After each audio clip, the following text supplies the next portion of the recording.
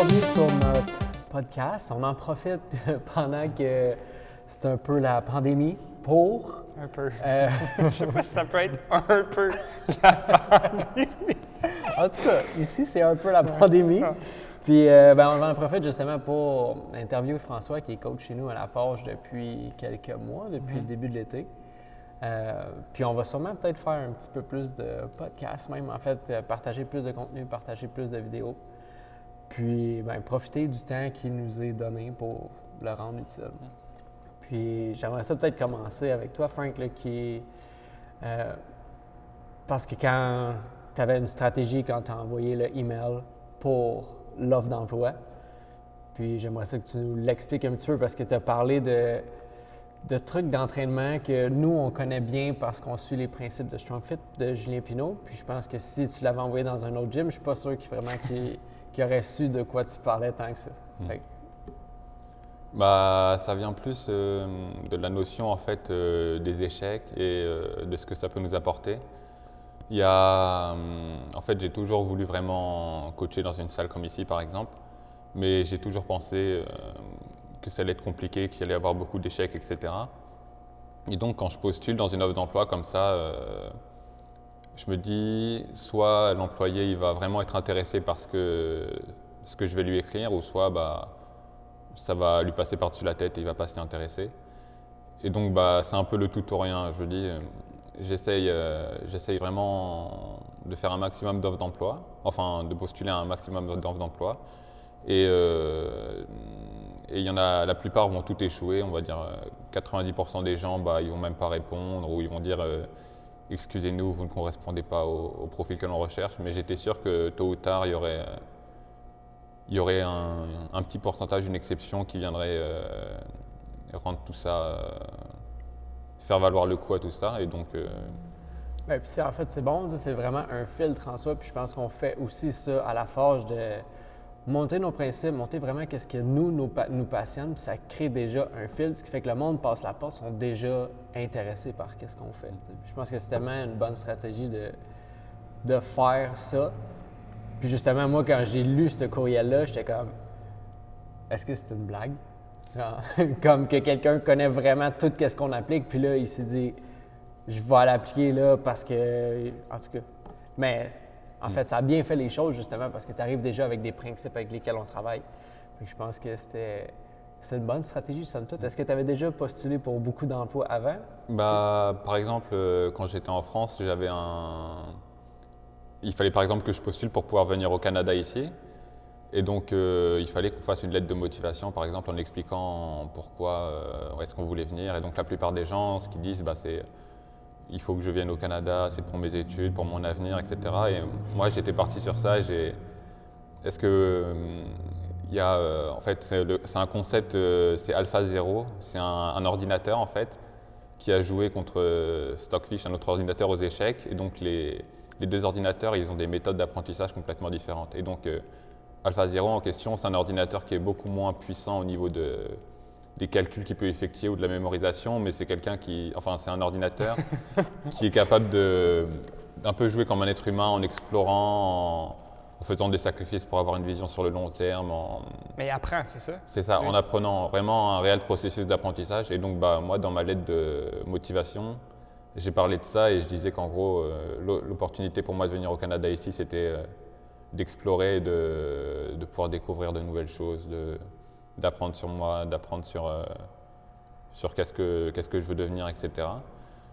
Et donc, je me suis dit, soit ça va lui plaire, ou soit il va choisir quelqu'un d'autre. Et il se trouve qu'il n'y avait que 2 places dans toute l'université pour ma filière pour venir au Canada. Et je pense que la personne, ça l'a interpellé, vu que c'était quelque chose de différent. Et ça aussi, ça a fonctionné. Donc, c'est la stratégie que j'utilise désormais. Puis ça fonctionne. Puis justement, je pense que aussi avec ce mindset-là, si tu avais utilisé une stratégie qui n'aurait pas fonctionné, tu l'aurais changé aussi. Mais là, elle est bonne, fait que tu peux rester avec longtemps. Je me dis aussi, si la personne, après avoir lu ça, elle n'est pas intéressée, c'est certainement que cet endroit-là, je ne vais pas forcément m'y épanouir parce que peut-être qu'on n'aura pas les mêmes la même vision. Par exemple, si je suis embauché dans une autre salle de sport que ici, par exemple, mais que le coaching, bah, c'est juste en gros du business et d'essayer d'avoir un maximum de clients, mais sans jamais vraiment leur faire apprendre quoi que ce soit, mais juste dans une logique, par exemple, purement d'argent, bah, je pense que je ne me serais pas plu. Alors que ici, bah, par exemple, j'ai été, entre guillemets, accepté dans le gym. Et ici, c'est vraiment toute une philosophie, tout un raisonnement sur le développement de l'humain, etc. Et bah, je me plais vachement ici. Ah, mais c'était le fun aussi de voir quelqu'un qui arrive de l'extérieur puis qui juste, tu sais, qui connaît déjà tous les termes que nous, on peut utiliser entre nous, puis là, on en shoot un, puis là, toi, t'embarques dans la conversation, c'est comme « Oh, wow! » Tu sais, comme lui aussi, toi, t'as suivi vraiment les principes de StrongFit depuis longtemps. Là. Dans le fond, comment t'es arrivé à découvrir ces gens-là en premier? Parce que j'imagine, est-ce que tu connaissais, mettons, AlphaZero puis Stockfish avant StrongFit? Non, le truc c'était, bah, pour revenir rapidement là, pas forcément sur mon background, mais juste sur mon parcours sportif, j'ai débuté la course à pied assez jeune, vers 15-16 ans, et j'en ai fait énormément et ça m'a amené à un bon niveau national en France, entre guillemets. Et à partir de là, bah, forcément, j'en ai fait trop et c'était un peu le burn-out. À la fin, je me suis un peu dégoûté de la course à pied. C'est sûr que ce que tu mangeais. C'est ça. Pas que ça, même la manière dont je m'entraînais, etc. Et donc, bah, forcément, j'étais toujours aussi addict au sport, même si la course à pied, ça commençait à devenir vraiment très, très anxiogène, très taxant et je ne pouvais plus. Donc, je me suis orienté un peu sur plus l'entraînement, genre un peu crossfit, un peu musculation, les choses comme ça. Et c'était vraiment une passion dès le début. La course à pied, tout ça, c'était quelque chose, c'était vraiment le truc auquel je pensais du matin au soir, qui me faisait vraiment, vraiment vibrer, etc. Et donc je m'intéressais un peu. Bah, tout ce que ça m'a apporté en fait, genre c'était tellement, pardon, c'était tellement genre incroyable comme expérience, un peu tout ce que j'ai pu vivre comme changement, etc., d'où je partais, tout ce que ça m'a apporté, que ça m'a passionné directement. Je voulais comprendre comment ça fonctionnait, comment est-ce que je pourrais amener à des gens à vivre la même chose, etc. Puis est-ce que tu dirais que maintenant c'est ta passion qui t'a amené vers le burn-out? Tu sais, qu'est-ce que dans ta façon de t'entraîner, tu dis que tu as fini en faire un burn-out de la course, tu sais que tu es plus capable d'en faire? Bah, pour expliquer, il faut que je donne un peu de contexte pour ça, pour expliquer en fait J'ai une enfance en fait où j'étais un enfant vraiment très difficile. J'ai eu vraiment des excellents parents. Tout le monde pense qu'on a les meilleurs parents, mais dans mon cas, je pense que vraiment ils ont été géniaux parce que j'étais un peu autiste entre guillemets. Pas vraiment. J'ai fait des tests et tout, ils m'ont pas vraiment diagnostiqué de l'autisme, mais c'était un peu ça dans le sens où j'étais vraiment extrêmement renfermé sur moi-même. Je parlais à personne et je réfléchissais différemment aussi à l'école, etc. Donc mes enseignants, ils pouvaient parfois être étonnés de certains comportements que je pouvais avoir et j'avais tendance à rien dire et d'un seul coup tout explose, tu sais. Tu rentres dans des colères incroyables, etc. Donc tous mes parents, ils m'emmenaient voir des psychologues super souvent. On a essayé au moins, je sais pas, quand j'étais petit, j'ai dû voir au moins 7 ou 8 psychologues différents au total pendant toute mon enfance. Et ça ne fonctionnait pas vraiment en fait. La psychologie, aller voir un psychologue et juste parler de tes problèmes, etc. Bon, déjà, j'en parlais pas parce que souvent la séance chez le psychologue, c'était il me parlait et je répondais par oui ou par non, par exemple, mais ça allait pas plus loin. C'était extrêmement difficile. Et toute mon enfance et même pendant mon adolescence aussi, ça allait un peu mieux au fur et à mesure, mais c'était toujours très compliqué pour moi, etc., les relations sociales avec les autres. Et au bout d'un moment, je me sentais tellement mal, en fait, etc., que je ne savais plus vraiment qu'est-ce qui allait faire, qu'est-ce qui allait être le déclic qui allait me faire évoluer vraiment. Parce que toi, tu te sentais mal là-dedans? Ouais, j'étais... Bah, tu sais, qu'est-ce que tu... quand j'étais petit, bah, je me rappelle que je ne comprenais pas vraiment pourquoi je voyais que j'étais, entre guillemets, différent, etc., mais je ne comprenais pas pourquoi mes parents étaient aussi alarmés sur la situation dans laquelle j'étais, ouais, parce que je pense que je ne percevais pas, parce que pour moi, j'étais juste comme ça. Mais à partir vraiment de l'adolescence etc., c'est là où tu réalises que tu es mis à part du groupe parce que tu es vraiment différent des gens. Enfin, C'est ça, c'est dur de mettre sûrement un mot sur quelque chose. Tu t'es mis à part, puis je pense qu'en bout de ligne, tu sais pas vraiment pourquoi. Tu es comme, je suis juste moi. c'est ça, mais je me sentais vraiment mal parce que je pense qu'aussi il y avait plein de choses à l'intérieur de moi qui étaient trop réprimées en fait. Et un jour, j'ai vu le film Rocky Balboa, je pense que vous l'avez vu aussi. C'est pour ça. Un des Ça, rares non. films. Ah oui, tu l'as vu, un des rares films que j'ai vu. Bah, Ouais. Peut-être 2 fois même, celle-là. j'ai vu ce film-là et dans ce film, il y a Rocky, il a son survêtement en gris. C'est pour ça que vous me voyez souvent en survêtement gris, c'est parce que je fais comme lui, entre guillemets. OK. Et donc dans ce film-là, quand il fait son entraînement, il va courir avec la musique, etc. Dans les marches enneigées. C'est ça, il court dans les marches. Je l'ai vu. C'est ça. Il court sur le chemin de fer, tout ça. Et quand j'ai vu ce film, bah là, ça m'a vraiment marqué. Et je me suis dit, je vais faire comme Rocky, je vais mettre à la course à pied. Donc ce que j'ai fait, j'ai acheté un jogging Adidas gris avec un survêtement gris. Et le lendemain matin, je me suis levé à 6h du matin. Donc dans Rocky, il boit le jaune d'œuf et le blanc d'œuf. Donc j'ai essayé de le faire. Bah, j'ai pas réussi parce que je sais pas comment il fait. Parce que si vous avez déjà essayé, c'est vraiment impossible enfin, je sais pas, il doit avoir une technique spéciale parce que c'est tellement visqueux que tu peux pas le boire. Mais donc j'ai fait ça. Finalement, je les ai fait cuire et je les ai mangés. Et après 6h du matin, il faisait encore nuit, etc. Et je suis parti courir pour la première fois avec mon survêtement. Et j'ai dû faire genre quelque chose, peut-être 4 km, quelque chose comme ça. Et j'ai tellement souffert. Dès le début, en fait, je suis parti à fond en respirant avec ma bouche, etc. Et je suis rentré chez moi et j'ai eu mal au cœur pendant une trentaine de minutes. En fait, mon cœur voulait pas redescendre et j'avais une espèce de pointe. Et je me rappelle que j'étais dans les toilettes et j'étais en train un peu d'agoniser. Et ma mère qui me demandait « Est-ce que tout va bien ?» et tout. Et je dis « Oui, c'est bon. » Est-ce que c'est la première fois que tu sortais courir?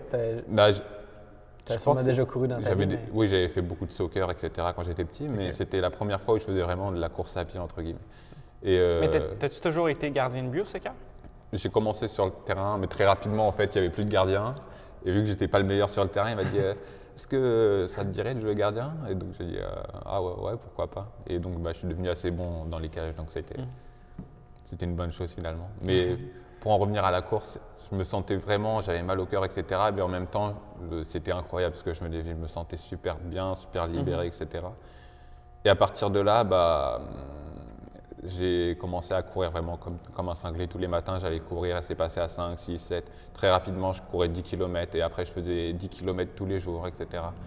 Donc avec du recul, c'était pas du tout une méthode optimale pour s'entraîner, mais en fait… Ouais, mais en même temps, tu as 15 ans, là, je veux dire. En fait, j'ai compris plus tard ce que je faisais quand je faisais ça, c'était que c'est quelque chose dont Julien Pineau parle, c'est que quand on va tout le temps à la limite de ses capacités, vraiment dans un état de fatigue extrême, on n'en peut plus, etc., un point entre l'état de freeze et l'état de flow, c'est là où on tue notre personnalité, entre guillemets, avec une certaine hormone qui s'appelle la dynorphine.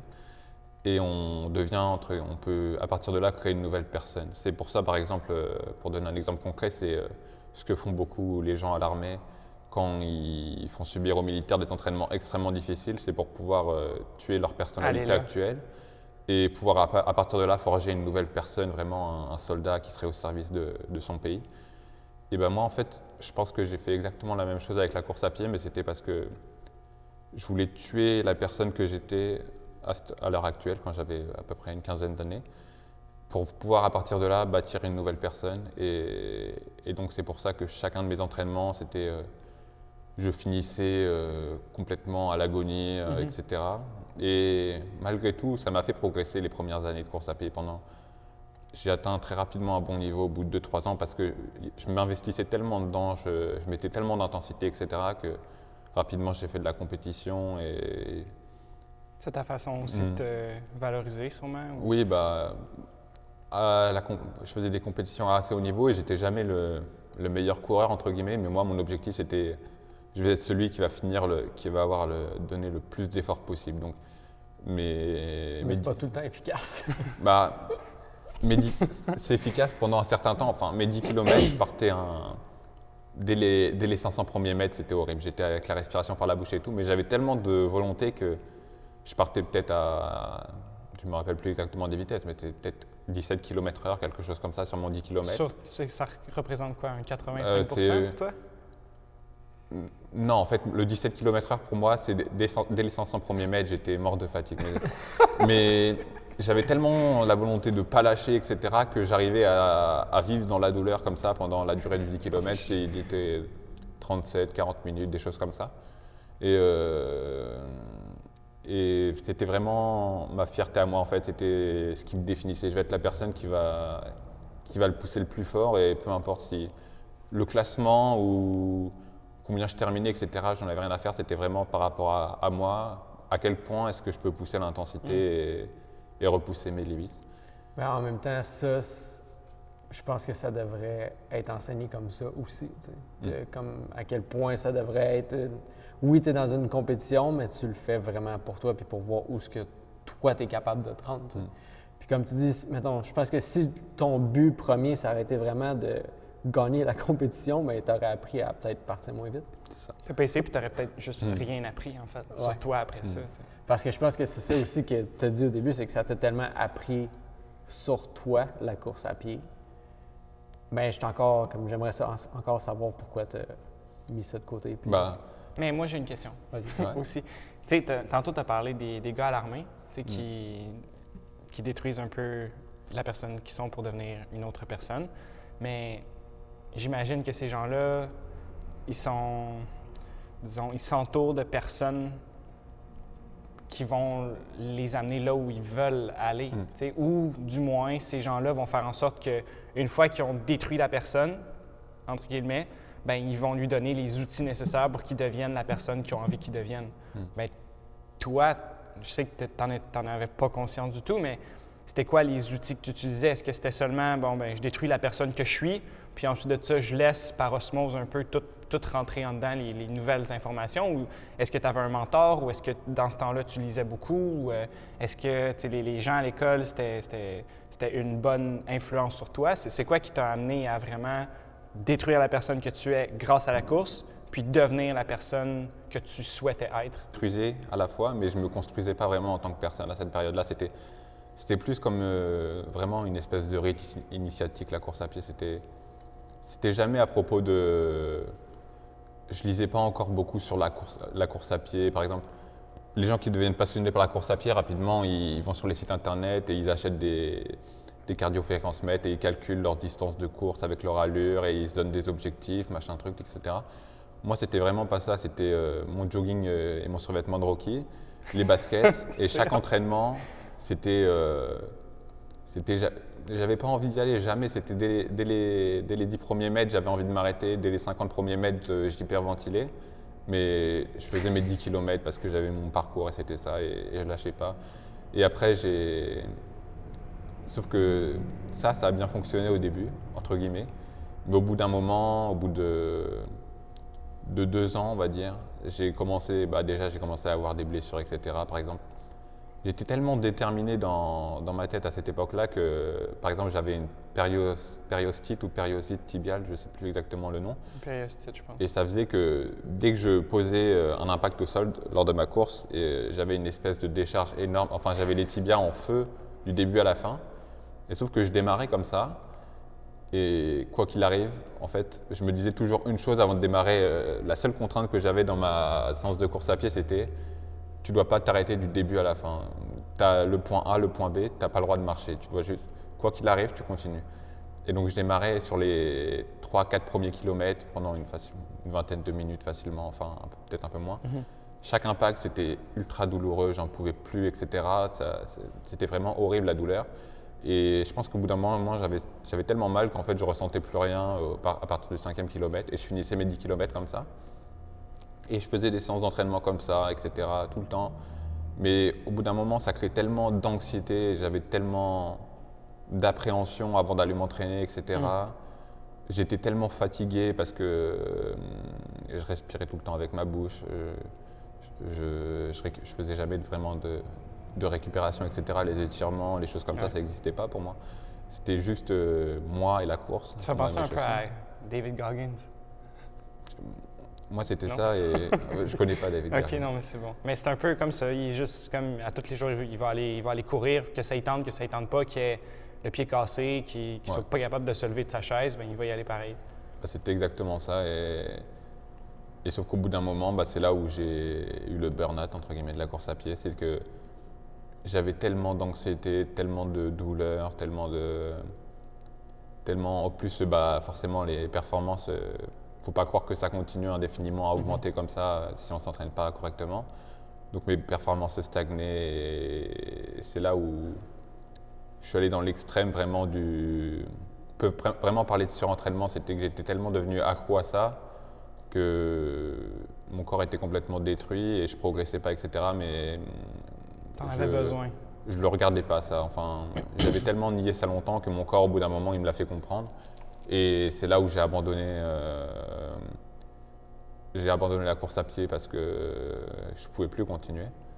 Puis est-ce que ça t'a tenté de recommencer après? Parce que c'est normal que, je pense que c'est ça qui arrive, tu sais, pendant un certain temps, si tu n'écoutes jamais ton corps, bien, comme tu dis, il va te le faire comprendre, puis toi, tu l'as fait comprendre avec un burn-out. Parce que je pense que qu'est-ce qui se passe aussi, c'est que quand tu te retrouves face à un événement qui te crée énormément d'anxiété, en fait, c'est une fight dans laquelle que tu t'en vas, puis je pense que tu peux juste aller dedans pendant un certain temps, juste, tu sais, que ton corps peut tolérer, que ton mental peut tolérer.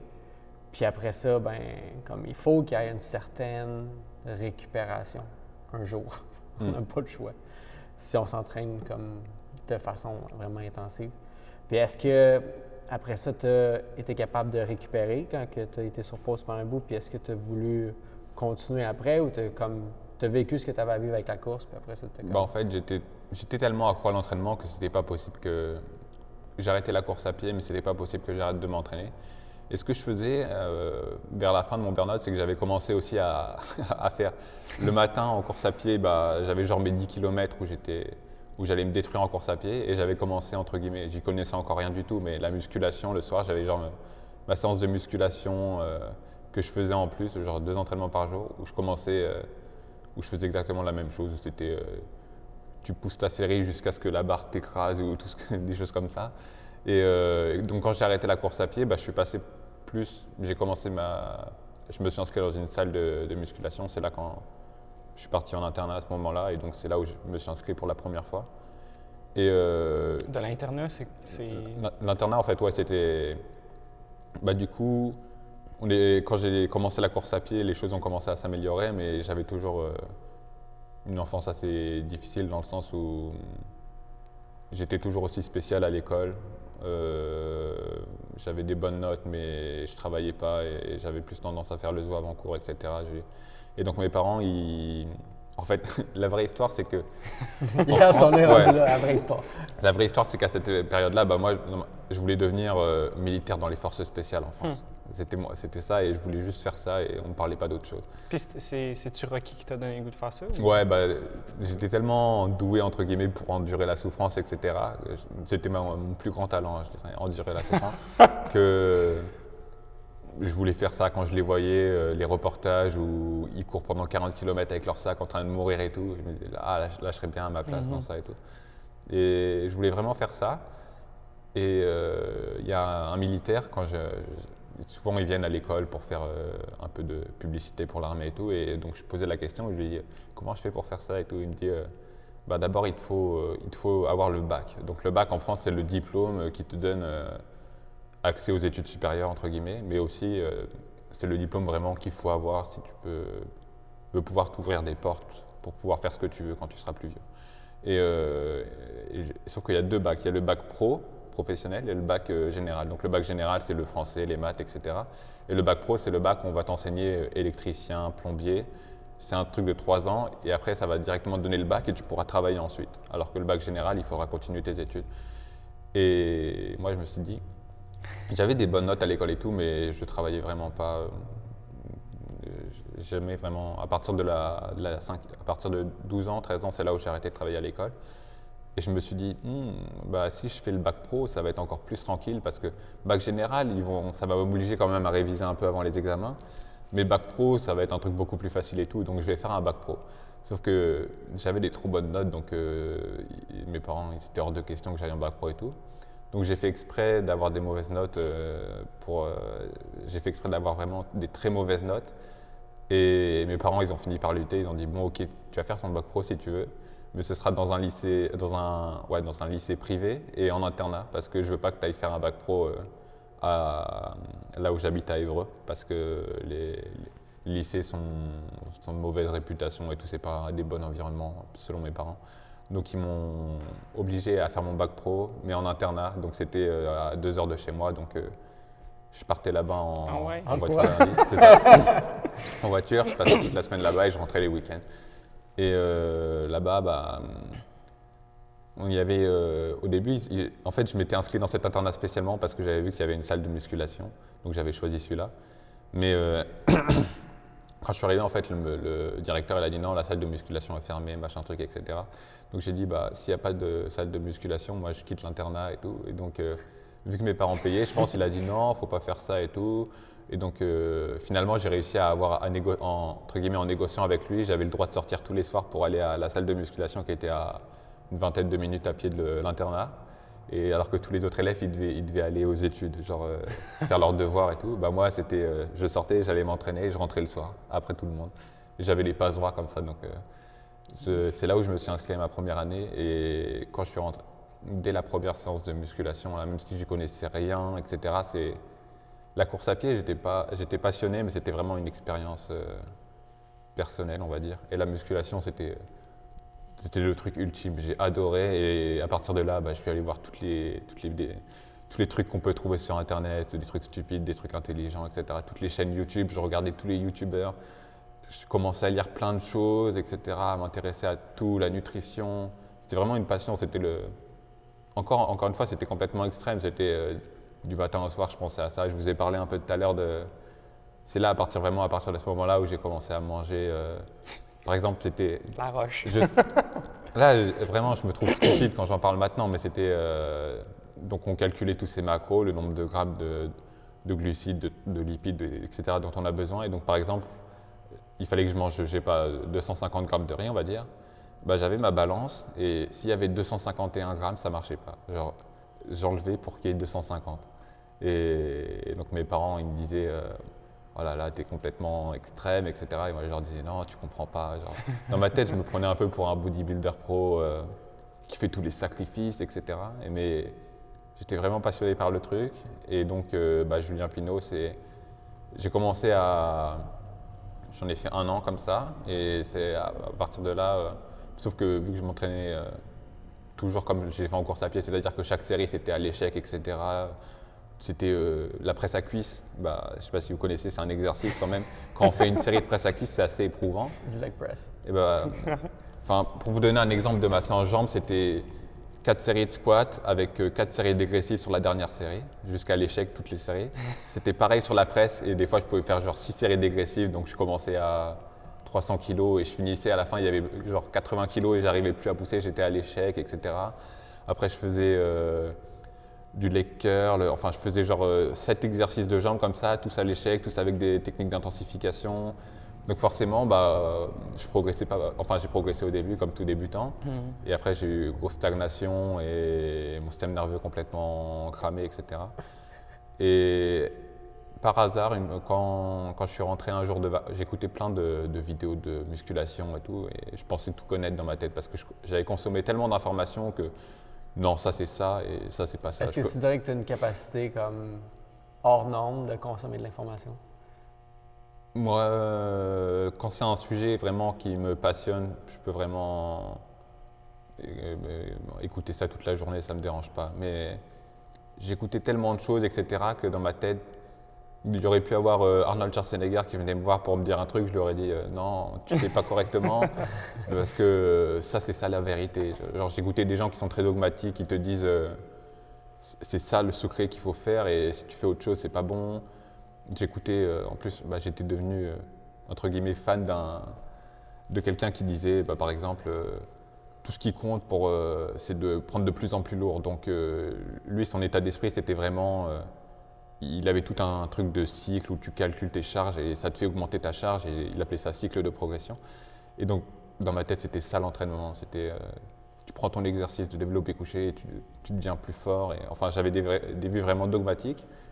Et donc, tu as mal à l'épaule, tu fais la coiffe des rotateurs, des choses comme ça. Et un soir, quand je rentrais de vacances avec mes parents, je tombe sur un podcast. Et il se trouve que c'était le podcast de l'Atelier Fit en France. C'est la première fois que Julien Pinot il faisait un podcast en parlant français, je pense. C'est Frank quelque chose? Atelier Fit, je pense que le prénom du gars, c'est Jean-Marie, je crois. OK. Et donc j'entends, et au début, il parle de quelqu'un qui a mal à l'épaule, etc. Donc dans ma tête, je dis, oh, tu lui fais faire des exercices pour la coiffe des rotateurs s'il a mal à l'épaule. Et là, Julien Pinot, il commence à parler de torsion interne, torsion externe, grand rond. Il doit faire, quelqu'un qui a mal à l'épaule, tu lui fais faire du tirage de corde et porter un sac et tout. Donc je comprenais rien en plus parce qu'il avait son accent anglais en parlant français. Mais dès la première fois où je l'ai entendu... Tu trouves que quand il parle en français, il a un accent anglais? Ouais, il a un accent anglais. Ah ouais? En tout cas, quand il parle en anglais, il y a un accent français. Oui, il a l'accent français, c'est vraiment drôle, il a l'accent français quand il parle anglais et inversement. Mais dès la première fois où je l'ai entendu, au début j'ai dit non, c'est des conneries et tout. Et en fait, le podcast il était assez long, c'était en 2 parties en plus. Et il y avait tellement de choses qui faisaient du sens et en plus comment il amenait les concepts et tout, genre... il parlait il faisait une allégorie des échecs avec le torque en disant la fin de jeu c'est le torque et le début du jeu c'est juste les programmes, etc. Il disait des trucs qui avaient tellement du sens que je me suis dit oula, lui c'est intéressant. Et donc je suis rentré chez moi, j'ai tapé sur Google Julien Pinot et il y avait quelques podcasts, c'était il y a à peu près 1 an, il y avait 1 an, plus 2 ans, il y avait quelques podcasts sur lui, etc. Et donc là, j'ai consommé tous les trucs, j'ai appris, c'est grâce à lui que j'ai appris à parler anglais parce que la plupart de son contenu était en anglais. Et l'anglais, à l'école, j'écoutais rien et tout, mais j'avais quand même des bases vu que j'étais un peu doué pour l'école. Et en écoutant tous ces podcasts et tout, c'est là où j'ai vraiment commencé à comprendre tout ce qu'il disait en anglais, etc. En plus, c'est facile à comprendre avec l'accent qu'il a. Et c'est de là... Ça dépend pour qui. C'est de là où je rentrais chez moi et j'écoutais les podcasts et je prenais des notes, j'écrivais. En fait, je le faisais juste pour moi, je me disais pas il faut que j'ai un maximum de connaissances pour devenir coach ou des choses comme ça. Je le faisais juste pour moi. À ce moment-là, tu savais que tu voulais devenir ouais, coach? à ce moment-là, en fait, quand j'ai commencé la musculation, c'est là où je me suis dit ouais, les forces spéciales, c'est bien et tout, mais j'adore tellement la musculation et en plus l'armée, je me disais ouais, il y a aussi des sacrifices, par exemple ta famille où tu vis, c'est ta vie. Ça, j'y pensais pas tellement, mais c'était plus, c'est toute ta vie, quoi. Tu vis à la caserne avec tes frères d'armes, entre guillemets, et c'est tout, tu sacrifies tout le reste. Et je me disais, si je peux faire quelque chose qui me plaît encore plus et sans tous les sacrifices tu peux pas vraiment avoir une vie de famille ou très compliquée, etc. Je me suis dit, je vais devenir coach sportif. Donc au début, je voulais être vraiment préparateur physique de haut niveau. Mais après, finalement, je me suis plus rendu compte que je préférais plus coacher des gens au quotidien, etc., des choses comme ça. Puis comment tu as fait cette décision-là? Comment tu l'as su que tu voulais plus coacher des gens? Parce que déjà, je me suis vite rendu compte que, j'étais pas encore vraiment, ma décision n'était pas encore vraiment faite avant de rencontrer vraiment, de découvrir StrongFit, etc. Parce que dans ma tête, c'était je vais devenir préparateur physique des combattants de l'UFC, je vais entraîner Conor McGregor, voilà, par exemple.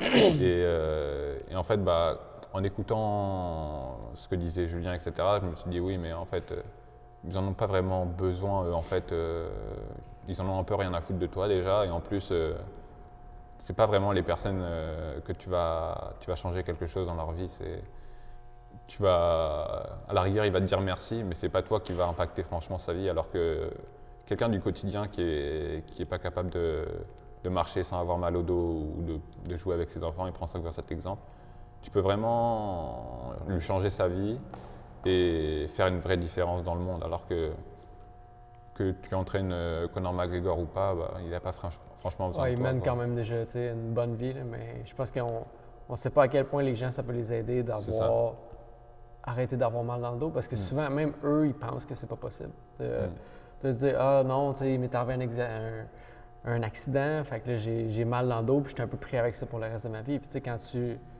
leur rouvre la porte, tu te dis, il y a une possibilité que tu ne sois pas pris avec ça pour le reste de ta vie. De un, tu es peut-être la première personne qui les encourage. Fait que déjà, ça, c'est tout le temps bon d'avoir quelqu'un qui dit que tu peux faire mieux puis tu peux t'en sortir. Puis à partir de là, ben, si jamais on est capable de régler ce problème-là, ben, tu n'es pas toi nécessairement quand tu as tout le temps un certain mal en dedans de toi. Tu ne sais pas à quel point tu peux être libre sans cette douleur-là. Puis moi aussi, c'est ça qui m'avait accroché, là, le fait de, ouais, il faut aider plus 99% du monde. En tout cas, il y en a du monde qui ont besoin d'aide. Oui, puis par rapport à la reconnaissance, je pense, des gens que tu entraînes est vraiment plus grande chez monsieur, madame, tout le monde, là, qui viennent ici juste pour augmenter leur qualité de vie plutôt que le gars qui fait vraiment ça pour lui, qui est là, puis c'est ses performances qui comptent, puis comme il n'y a rien d'autre qui vaut, pas les gens avec qui tu t'entraînes, pas ton entraîneur, il est vraiment à ton service. Je pense que c'est vraiment peut-être plus égocentrique un petit peu. Là. Moi, mes performances, puis bref, les autres. Ouais, pour donner un exemple, par exemple, on a Mazen ici, donc, qui s'entraîne ici. Et il y a 2-3 semaines, je crois, il est venu me voir et il me dit non, mais depuis que tu me donnes tes conseils, depuis quelques mois, je sens vraiment, j'ai beaucoup moins de douleur, etc. Et je commence vraiment à bien sentir les mouvements et tout. Et il m'a juste dit ça. Et ça, c'était, pour un coach, franchement, quand on lui dit ça, c'est le truc au top. On est super content à l'intérieur et tout parce que c'est vraiment pour ça qu'on le fait. C'est pour aider les gens et qu'ils se sentent mieux au quotidien, etc. Et qu'est-ce que je voulais dire déjà? Et oui, donc quand je faisais toutes mes recherches parce qu'au début, Julien Pinault, tout ce qu'il explique, on n'y comprend rien. Donc il faut faire des tests et il faut réfléchir sur ça, etc. Et quand j'écoutais tous les podcasts, que j'essayais de comprendre comment ça fonctionnait, tout ça, sans le savoir, en fait, je me préparais pour les futures opportunités qui pourraient se présenter à moi parce que ce qu'on ne sait pas souvent aussi, c'est qu'on veut avoir la chose tout de suite. Par exemple, moi, je voulais être coach. Dès que j'avais décidé que je voulais être coach, je voulais l'être alors que j'avais encore vraiment aucune expérience dans le domaine et que j'avais franchement pas assez pratiqué pour pouvoir enseigner quoi que ce soit. J'étais vraiment pas légitime. Tu avais quel âge à ce moment-là? Là, j'ai 20 ans. On va dire que j'avais peut-être 18 ans et demi, quelque chose comme ça. Et c'était peut-être il y a un peu plus d'un an. Okay. Et donc, donc la musculation, ça fait environ 2 ans que tu as commencé? C'est ça, sérieusement. Ouais, sérieusement, ça fait à peu près 2 ans, mais... Fait que tu as joué au soccer jusqu'à 15 ans, de 15 à 18, tu as couru. À peu près, ouais. Puis après ça, de 18 à 20, c'est l'entraînement. Ouais, en gros, c'est ça. Mais ce que je réalise maintenant, c'est qu'en fait, si par exemple, j'avais pas fait tout ce travail sans vraiment rien calculer, juste pour moi, en fait, juste en me préparant moi, en acquérissant plus de connaissances, en testant des choses, en découvrant des choses, etc. Quand je serais arrivé ici pour postuler pour être coach, en fait, j'aurais pas été prêt pour l'événement. En gros, par exemple, je serais venu ici et j'aurais postulé pour travailler à la forge. Et donc, Nick, peut-être qu'il m'aurait laissé ma chance ou pas, mais j'aurais pas été... Enfin, non, certainement qu'il m'aurait pas laissé ma chance, parce qu'en fait, j'aurais rien connu à la chaîne de torsion interne, externe, etc. Donc, en fait, tout ce que je faisais, jamais je pensais il faut que je le fasse parce que c'est ça qui va me faire devenir un coach. Mais je savais que tôt ou tard, j'avais juste à devenir meilleur et tôt ou tard, il y aurait une opportunité qui se présenterait et que tout ce que j'étais en train de faire, ça servirait forcément. Et en fait, je découvre qu'en fait, tout ce truc-là que j'ai fait tout seul en écoutant mes vidéos, etc., c'est cet événement-là quand j'ai envoyé l'email à Nick et qu'il a vu, ça a fait que j'étais prêt pour ce moment-là en fait. Et si c'était arrivé plus tôt, j'aurais pas été prêt. Et donc, mais quand même, tu peux avoir aussi toutes les connaissances puis être un con. Aussi. Puis je pense que même là, même si tu as toutes les connaissances, tu connais super bien tout ce qu'on fait ici, tu les appliques bien pour toi, mais tu n'es vraiment juste pas une bonne personne ou tu n'es pas un bon entraîneur, tu n'es pas humain du tout, je crois qu'il faut que tu aies une balance justement des deux. C'est beaucoup plus facile d'acquérir de la connaissance que d'acquérir un humanisme puis un désir d'aider les autres, de la compassion, de l'empathie. Ça, c'est de l'intelligence émotionnelle.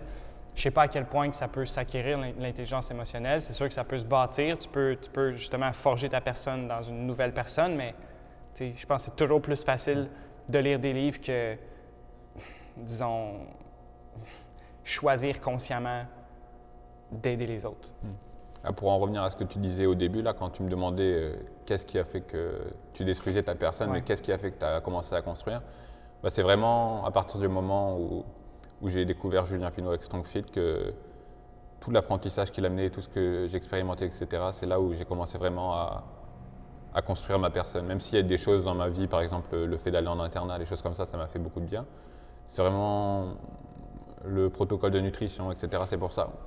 Les choses dont on parle souvent ici, c'est pas pour rien en fait. C'est parce que ça a vraiment, je pense vous deux aussi et pour Charles aussi derrière la caméra, ça a vraiment impacté nos vies dans le sens où on n'est pas la même personne qu'on était il y a un an quand on a changé tous notre nutrition par exemple.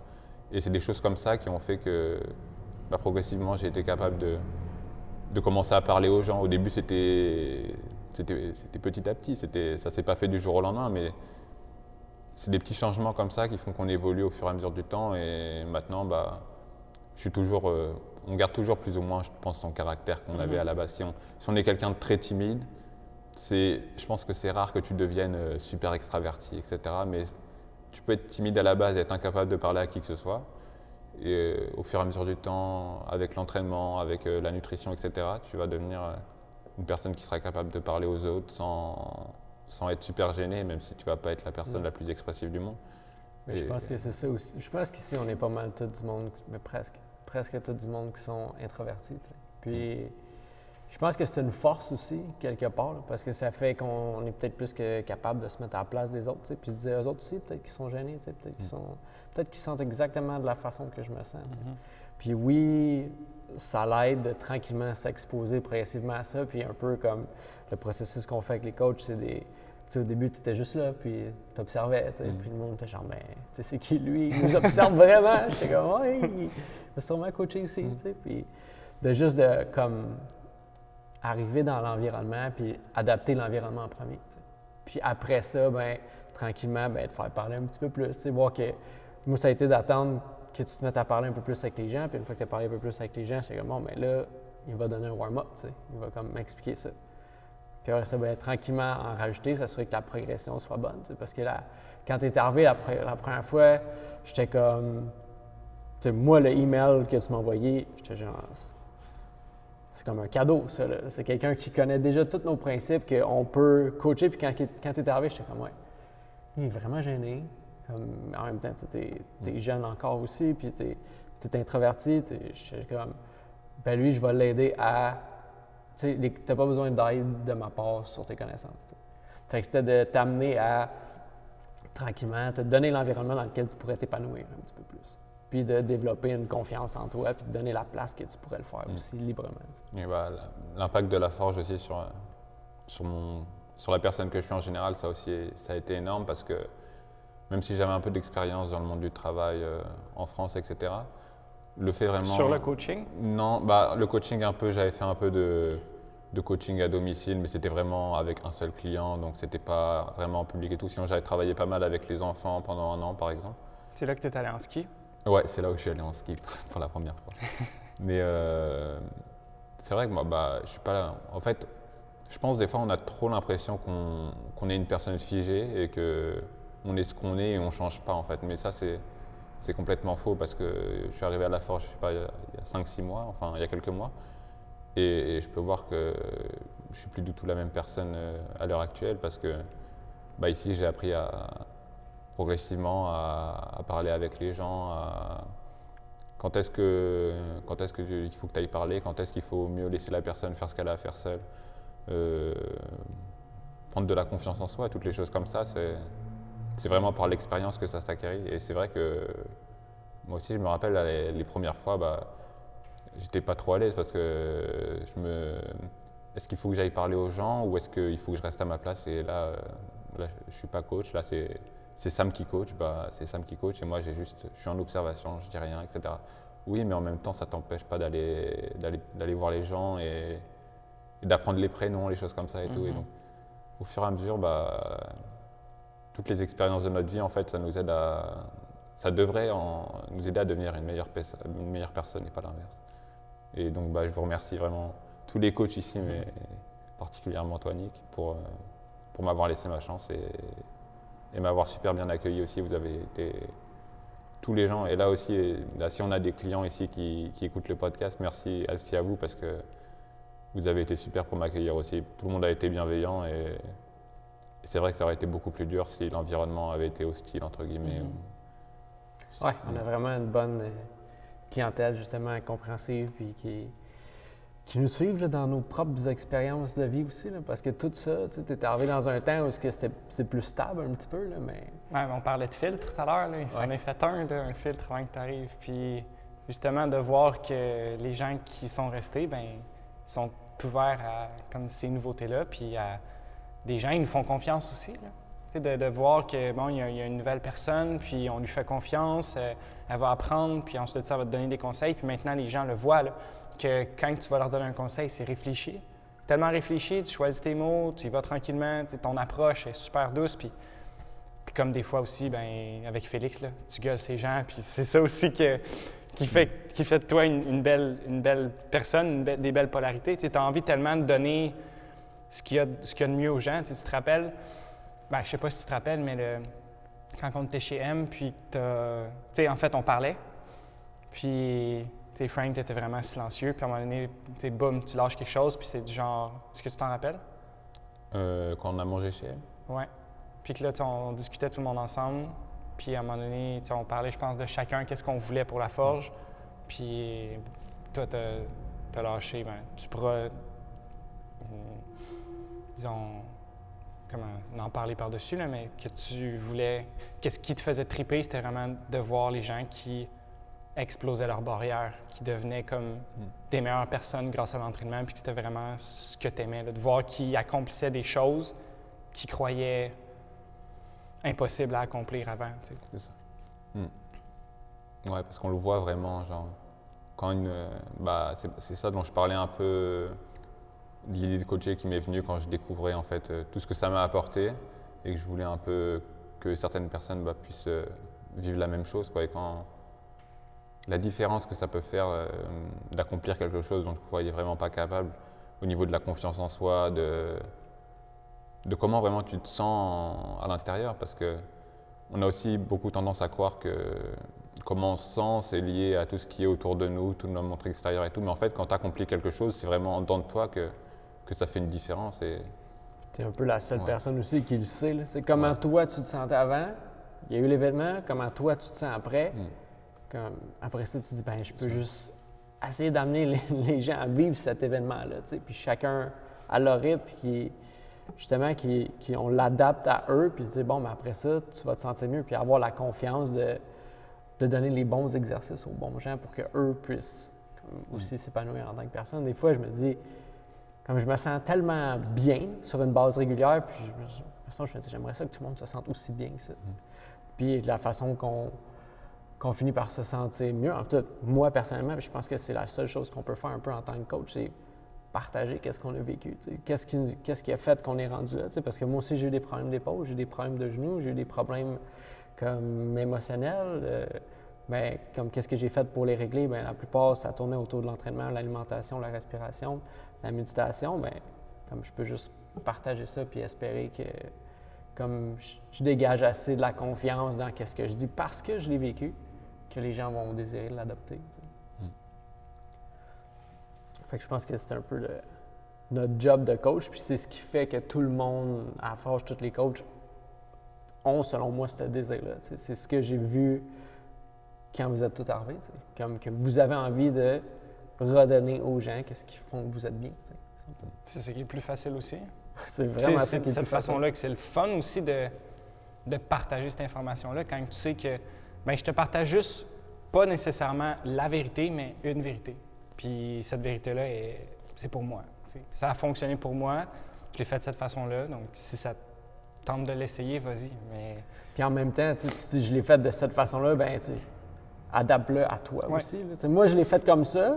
Il y a quelque chose là-dedans que tu peux prendre sûrement puis l'appliquer sur toi. Puis à partir de là, bien, fais tes propres expériences. Puis tu vas finir par trouver. C'est pas une job de coach, je pense pas que c'est là non plus pour dire de tout corriger les petits détails puis s'assurer que ça bouge dans le bon angle puis selon comme les astres. S'assurer que comme la personne est safe, elle fait ses propres expériences. puis de voir où est-ce qu'elle est rendue aussi. Là. Est-ce qu'elle a vraiment besoin de quelqu'un qui la tient puis la met dans un cadre pour s'assurer qu'elle bouge parfaitement, ou comme elle peut faire des erreurs elle aussi? Tu sais? Ouais, puis c'est un peu ça dans la vie. Il n'y a jamais un moment où est-ce que tu vas effectuer un mouvement spontané puis qui va être 100% parfait. Je pense que tu as besoin de ces imperfections-là dans ta vie. Comme tu squattes, ben ça se peut que tu vas squatter sur un plancher qui ne sera pas droit. Puis d'être assez résilient pour les prendre, ces petits chocs-là. Puis amener les gens, ça me fait, avec ça aussi, c'est arrivé en fin de semaine, amener les gens à savoir vraiment, là, savoir d'une façon profondément. Là. J'ai lu de quoi, puis il parlait de knowledge, de knowing beyond knowing. Fait que, tu sais, d'amener les gens à ce point-là, là, vraiment, ils savent, là, parce qu'ils ont vécu l'expérience, pas juste parce qu'ils se sont fait dire ça. Avec Sen, c'est arrivé que, avec l'alimentation, elle écoutait trop ce que j'ai dit vraiment à la lettre, puis elle voulait pas dévier de ça. J'étais comme, tu sais, essaye. Elle dit, non, mais non, tu as dit qu'on pouvait pas manger ça à telle heure. J'étais comme essaye-le. Puis elle a essayé, puis finalement, elle s'est rendue compte que, ben, elle avait faim plus vite, puis qu'elle était moins dans un bon état pour. Tu sais, c'est vraiment ça. C'est de permettre aux gens d'expérimenter, puis qu'eux, comme barre un exercice, ah oui, je me suis fait mal. Bon, mais tu sais, parfait. Tu as trouvé une façon de ne pas le faire. C'est sûr que nous, on est là pour encadrer, pour s'assurer que ça n'arrive pas, mais. Je veux dire, moi aussi, là, j'ai un petit quelque chose qui me pitche dans le dos une fois de temps en temps, puis des fois, ça arrive que j'ai de quoi à l'épaule, puis comme c'est ça la vie, là. Tu ne vis pas ta vie sans avoir mal nulle part. Tu devrais apprendre quelque chose de ce mal-là, puis tu sais, si tu veux rien apprendre, bien, envole-toi dans du bubble wrap, puis fais rien. Ouais. Sauf qu'en même temps, justement, ces petites douleurs-là, ces petites émotions-là, tu sais, qu'on pourrait mettre de dire qu'ils sont négatives, mais il n'y a rien de négatif là-dedans, c'est juste une occasion d'apprendre. Si tu n'es pas juste frustré d'avoir mal.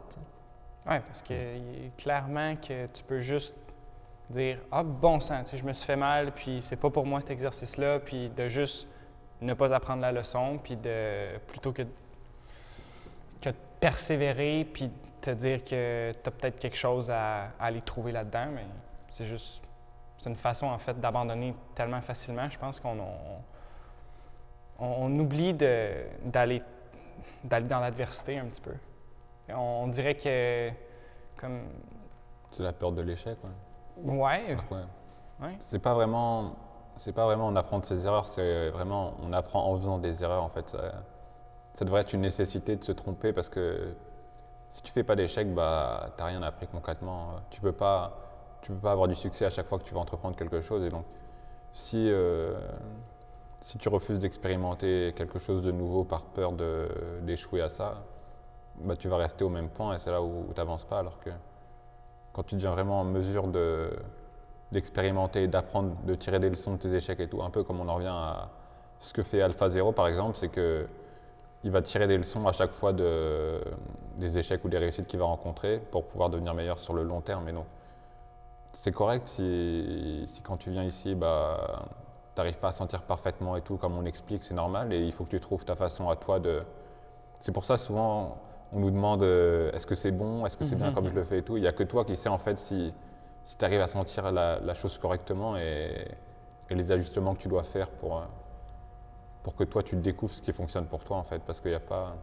Ce qu'on apprend aussi, c'est qu'il n'y a pas de recette universelle qui fonctionne pour tout le monde. Il y a des principes qui sont applicables à tout le monde, parce que on est à 99,9% tous des êtres humains les mêmes. Mais après, les règles qui s'appliquent en fonction de chacun, elles sont différentes pour tout le monde. Les principes sont les mêmes, la règle est différente. La règle, c'est toi qui l'as choisie, en fait. Il n'y a pas de... Est-ce que je dois rester 10 minutes dans mon eau froide, ou est-ce que c'est 15 minutes? Bah, c'est vraiment... Ça, c'est une règle, c'est toi qui décides. Mais certains principes est-ce que je dois commencer par prendre une douche froide, tu sais, juste comme m'exposer sans comme être trop drastique dans mes affaires. Mais ça, c'est une question que j'ai pris l'habitude de poser depuis que... Tu sais, j'ai remarqué, en fait, parce que quand je suis allé faire l'internat en Europe, tu sais, eux, ils étaient là, ils vivaient leur vie, puis nous, il fallait apprendre de ça. Julien dit souvent que le savoir, c'est volé. Tu sais, tu peux pas apprendre nécessairement. C'est pas la personne qui te l'enseigne. Il faut que toi, tu l'observes, que tu fasses comme, tu sais, pourquoi lui, il pose ces actions-là? Pourquoi moi, je le fais différent de lui? Lui, ça fond. Quand j'étais allé en Europe, j'ai plus observé, tu sais, parce que c'était ça, c'était venez dans notre vie, là, venez voir comment on fait les choses, puis apprenez de ça. Puis à partir de là, bien souvent, Rich, quand il coachait, quand il faisait les assessments, la première chose qu'il posait souvent comme question, c'était « puis comment tu l'as senti » ou puis par rapport à la personne pour avoir la perception de cette personne-là. Parce que somme toute, c'est tout ce qui compte. Parce que chaque personne a une perception différente, puis tu veux savoir vraiment qu'est-ce qui se passe chez l'individu en dedans de toi. Fait qu'il faut que tu aies plus de feedback de sa part.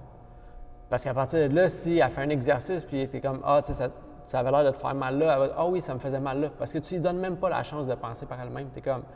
Tu es là en tant que coach. Fait que, tu sais, en théorie, c'est toi qui as vraiment l'autorité, c'est toi qui le sais.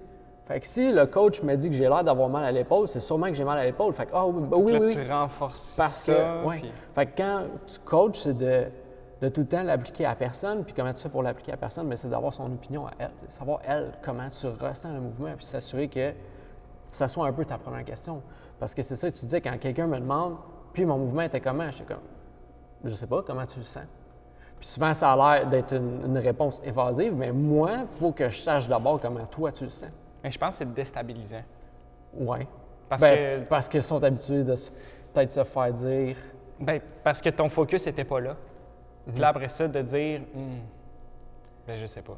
Je sais pas c'était comment. Ça, je pense que ça fait mal, tu sais, en dedans, de dire, ouais, ben, je viens de faire, mettons, 3 séries de squats, puis j'ai rien appris. Puis je viens de me faire pogner. Ouais, tabarnouche. Oui, c'est ça. Parce que j'attendais que le feedback vienne de l'extérieur de moi. Oui, c'est fou. Puis c'est ça. Je pense aussi justement que ça l'aide aux gens à finir par penser par eux-mêmes, à savoir que, bon, mais tu sais, cet exercice-là, je le fais pourquoi?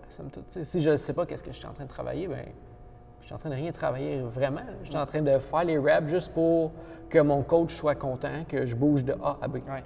Mais si tu es à la forge, ton coach n'est pas content si tu bouges juste de A à B. Il veut savoir comment tu fais les choses, pourquoi tu fais les choses.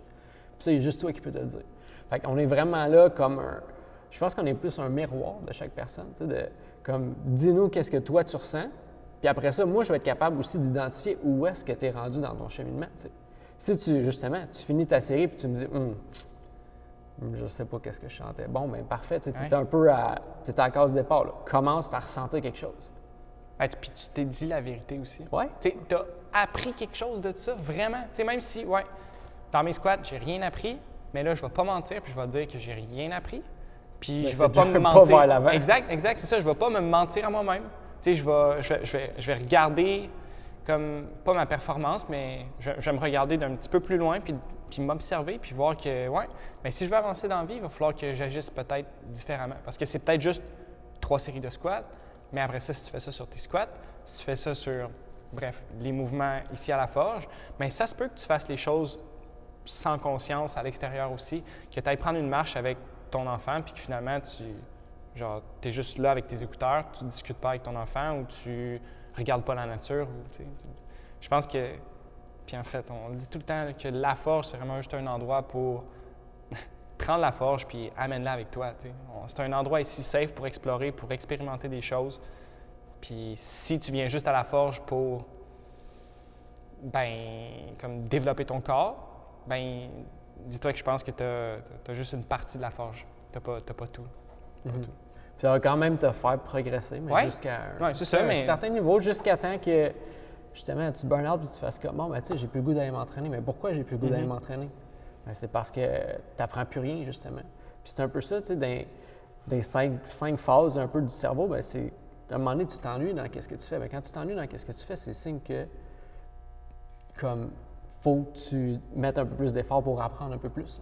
Fait que tu es rendu là, tu es rendu à l'étape, je devrais mettre plus d'effort, aller plus en profondeur parce que qu'est-ce que je fais présentement, ça m'ennuie. Fait que, est-ce que je peux venir à la forge puis apprendre autre chose que bouger mon corps? Bien, assurément. Oui. Bien, en fait, moi, je trouve que c'est ça qui est... C'est le plus beau, je trouve, de l'entraînement. C'est comme Frank, tu parlais au début de...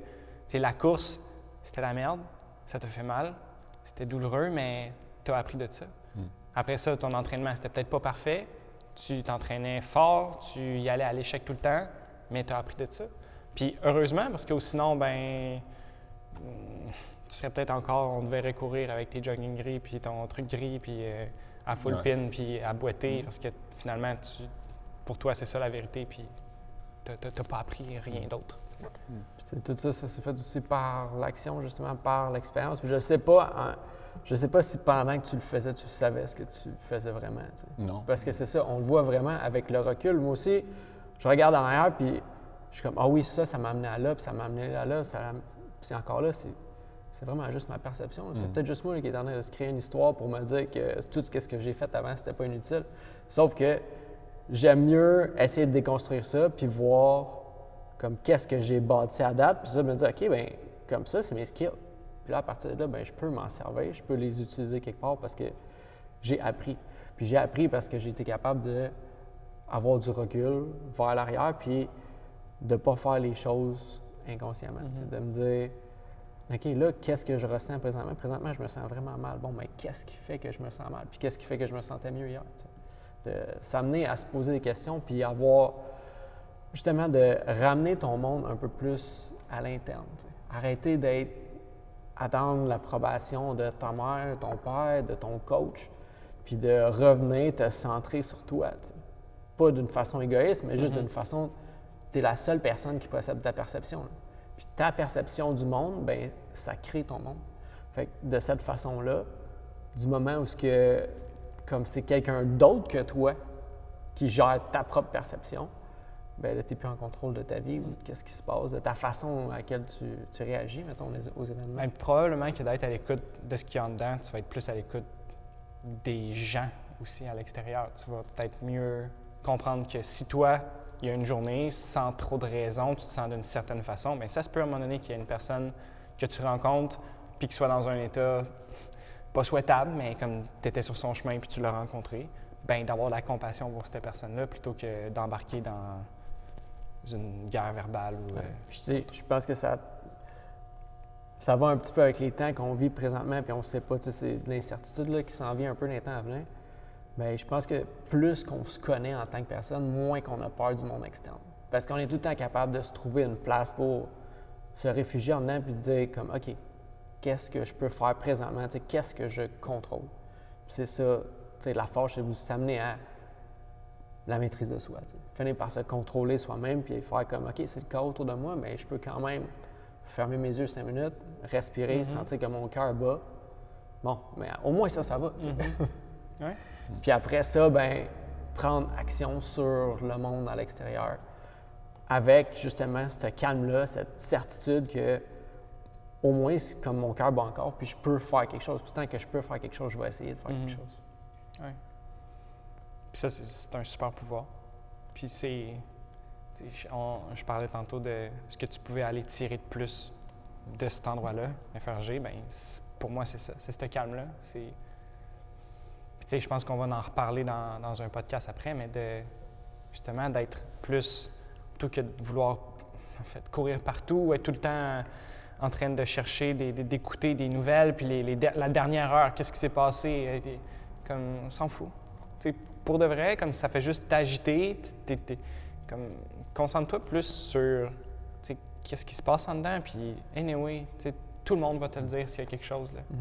Puis en même temps, ça change, tu sais, pour ce qui se passe, ça change tellement vite aussi, puis le monde change à une vitesse qui n'a jamais changé, en fait, là.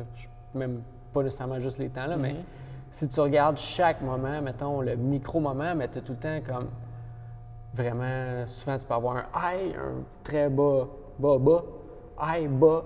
Tu sais, si tu regardes juste jour après jour, des fois c'est tellement comme une montagne russe. Ouais.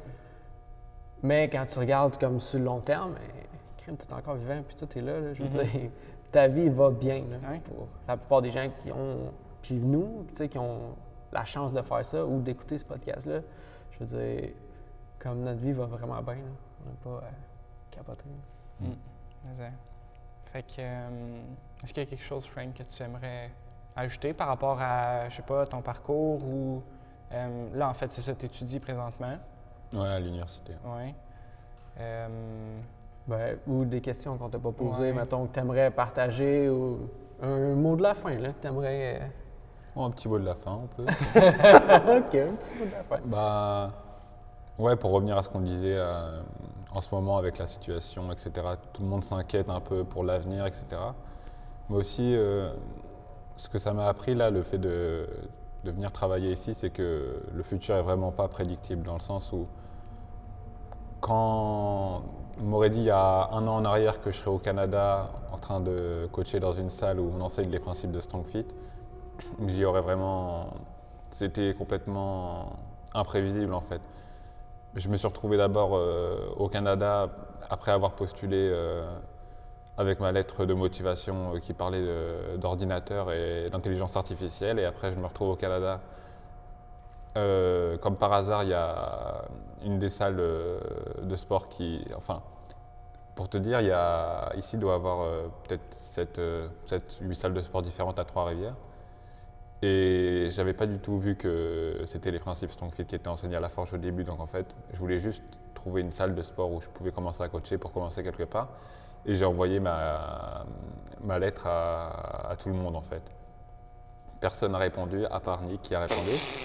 Et, et il se trouve que je débarque ici et comme par hasard, il doit y avoir, je sais pas, des salles comme ça, comme celle ici, avec les principes Strong Fit et toute la philosophie de la Forge, etc. Il doit en avoir peut-être, je sais pas, au Canada, tu penses qu'il y en a combien des salles comme ça? Après moi, au Québec, il y en a une autre. Là. Il y a peut-être Voilà. CrossFit Cap-Up là, qui accueille souvent le séminaire de Strong Fit.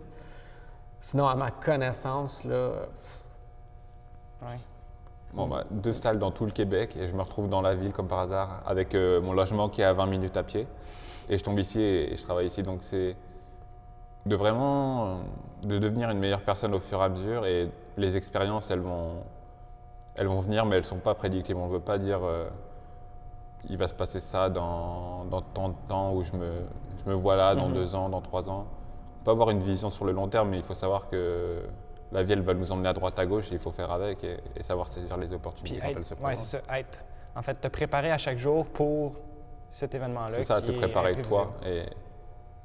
et arrêter de vouloir contrôler tout le monde extérieur, mais vraiment de se concentrer, de revenir à soi, vraiment ce qu'on a en dedans, et de savoir que tôt ou tard, ça va se transférer dans notre vie. qu'est-ce que je peux faire pour me préparer moi aujourd'hui à qu'est-ce qui va arriver?